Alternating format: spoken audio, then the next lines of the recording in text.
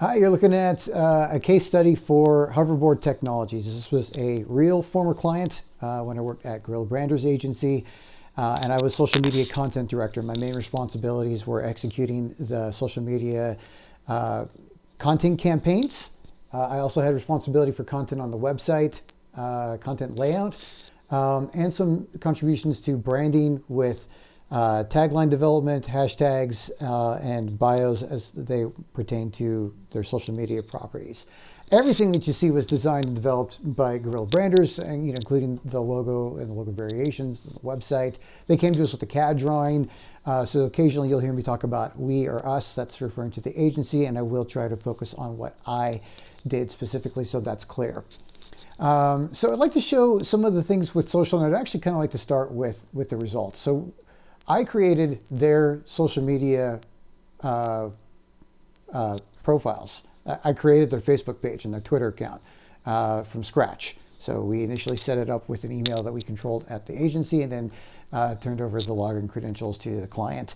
Or in the case of something like with Facebook, you could have more than one admin added to the page. So, and then we managed, the agency managed everything that was there, and really the responsibility for that fell on me to design and develop the campaigns, to write the copy, and to do the graphics. So we started at 0 on everything, and within a few months had gone from 0 to 9,000 on Twitter, 0 to over 20,000, actually a little over 21,000 on Instagram, and just a little over 10,000 on Facebook. So that's some of the results. Definitely some of the most explosive growth. This is specifically the Facebook page, the Instagram page, and the Twitter page. 9189 is where they ended up on Twitter. So great results, and I think I want to talk about some of the process, how we got there. Show just a little of some of the. This is a canvas of different images that I created. So there was a photo shoot that we had at Half Moon Bay, south of San Francisco, and at Stanford University campus, where I believe the founder's daughter and that's her and her friend went, and they were some of the early people to learn to ride the board, as well as the male model that we have here. I forget his name. And so we had video and photo shoot, and all of that photo and video assets became the basis for me to make social media content visually. And then you can see, like personal transportation reimagined, carve the concrete waves. There's some other specific taglines. This is kind of cool because you can see in the Instagram feed when we featured on Live with Kelly and Michael. It used to be Regis and Kelly. Regis filled in, and Kelly Rebets. It was Kelly and Michael at the time that this was done, and it's now Kelly and Ryan Seacrest. These are some images that were on Instagram and originally designed horizontally. Ride the Future is one of the other taglines. So you can just kind of see how this one here was actual 3D expanded of all the components. So we made a GIF out of that. Actually, what I should say is I took the video that the videographer did, and I made a GIF out of that for social. On the website, close-up of the pictures from the Live with Kelly and Michael show. That was kind of fun. Write-ups in CNET, write-ups in USA Today. Actually, I have a whole thing on the earned media. So as we got started and launched with the PR campaigns, which were coincided with social media, some of the social media campaigns. We actually had some teaser campaigns before the PR campaigns. As that got going, we got these write-ups, earned media article mentions, and all of this became the basis for new social media posts, especially when they have something great to say. The USA article was great, had great things to say. The CNN article had great things to say. It basically said that, hey, it doesn't actually fly. It's called a hoverboard. It doesn't actually hover. It's got a wheel that's like this clear rubbery plastic stuff that had LED lights go through it, so it looks like you're riding a light cloud kind of, but it touches the ground. But they said, it doesn't actually fly, but you just might feel like you are. That's what CNET wrote. That's That's great. That's what it got put onto, and I'll show you some of the social posts. The TechCrunch review was not that great. I think because the author, Josh Constantine, wasn't able to write it that well, even compared to his cameraman. But nevertheless,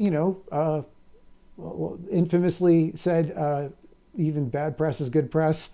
TechCrunch wrote it up. Digital Trends, Business Insider. Let's feature the show again. Getting on the show is a big deal. I mean, national audience. It was a very cool thing. This was in New York. We also stopped at Tumblr headquarters and had kind of a demo day with employees there.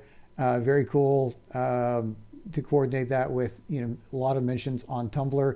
And then also Hoverboard, which features high-end luxury consumer items and some other things too.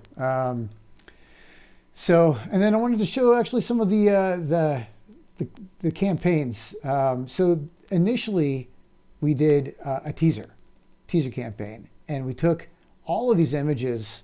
I found these images from video games and cartoons, and animated movies. This was a mural, like a graffiti mural that somebody did from Back to the Future, and it was 2015, which is the second movie when he has the flying hoverboard. It was great timing to release the board.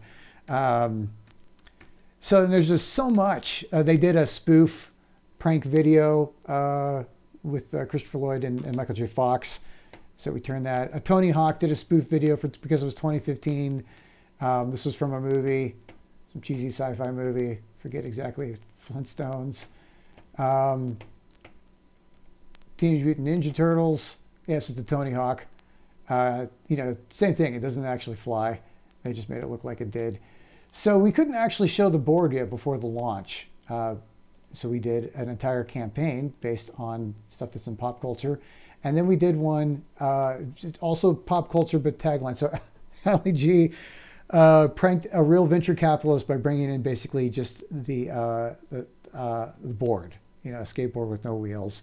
And he's like, hey, it's a hoverboard. And the guy's like, well, but it doesn't actually fly. And he's like, well, it doesn't yet, but that's where you come in with the science. It was hilarious. So I took a screenshot of it and turned it into a social post.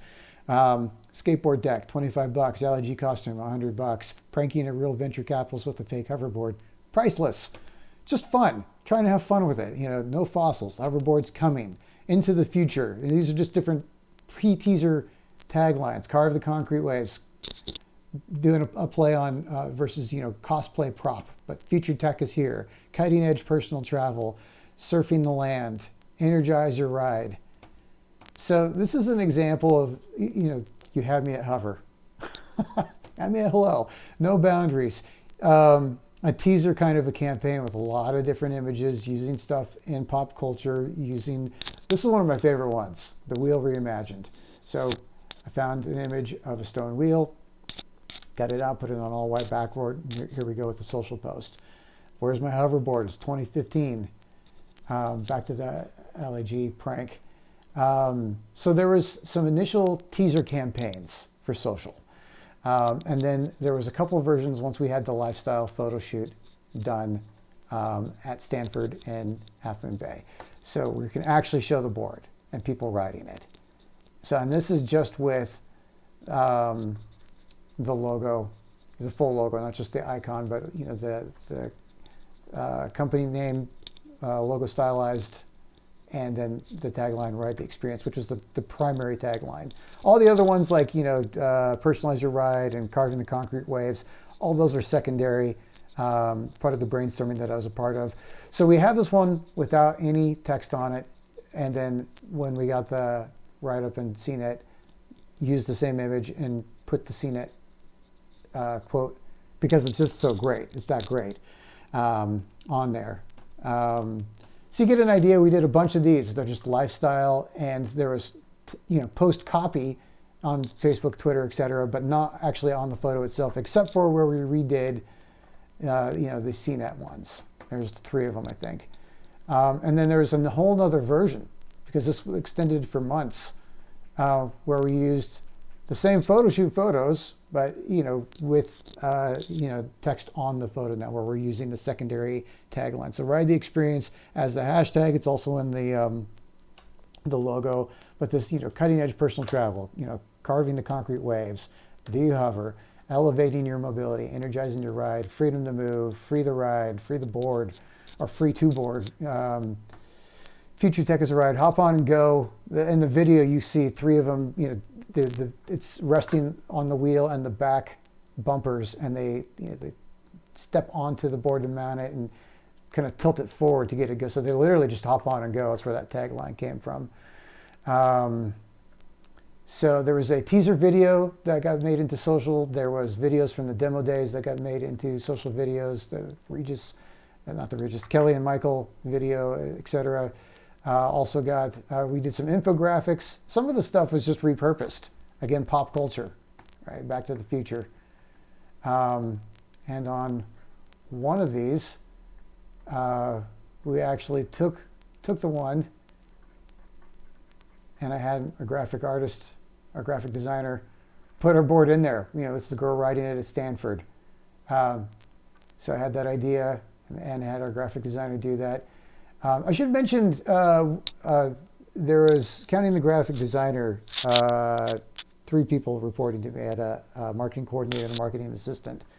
But the hands-on development for post copy almost entirely, or absolutely entirely, mine.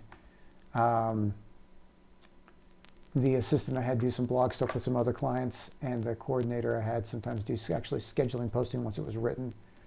So these are GIFs that I've got online and used as part of it, is to keep it interesting, change it up. And then these are quotes from social, basically reviews, people raving about the board. Damn, I want one of those. This thing rocks. People that tested it. Getting closer and closer to the real thing. Somebody on one of these saying, hey, I was the guy riding the board in the demo.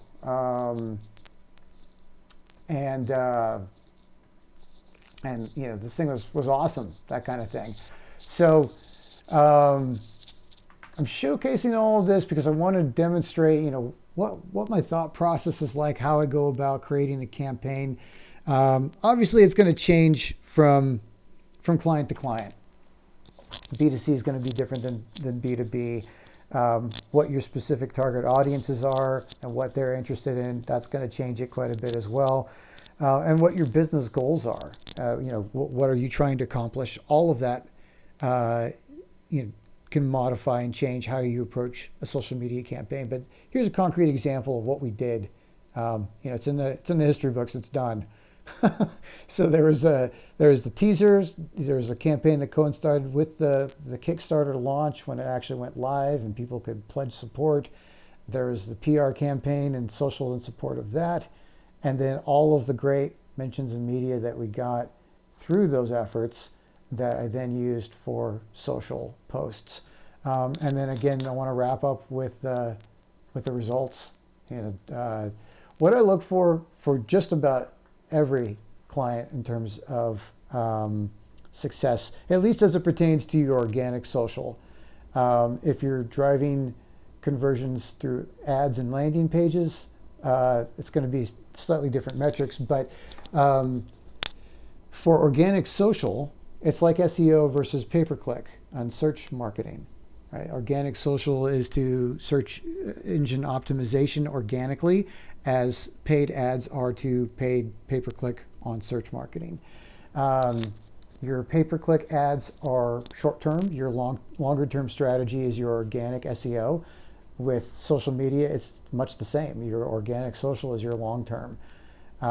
Yes, if you dump a lot of money in, you can get a lot of results on ads. That may not translate into lasting results without concurrent effort in your organic.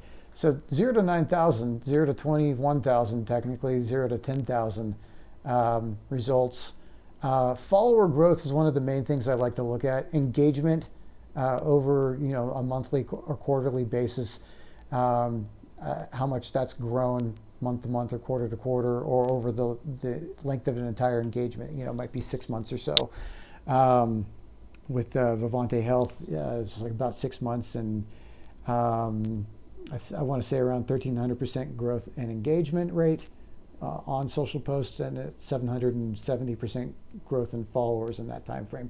So it may be the entire engagement. It may be, you know, like, and this is from, you know, 0 to when we ended. It was probably about 5-6 months of the actual social campaigns, and then you know, month to month or quarterly.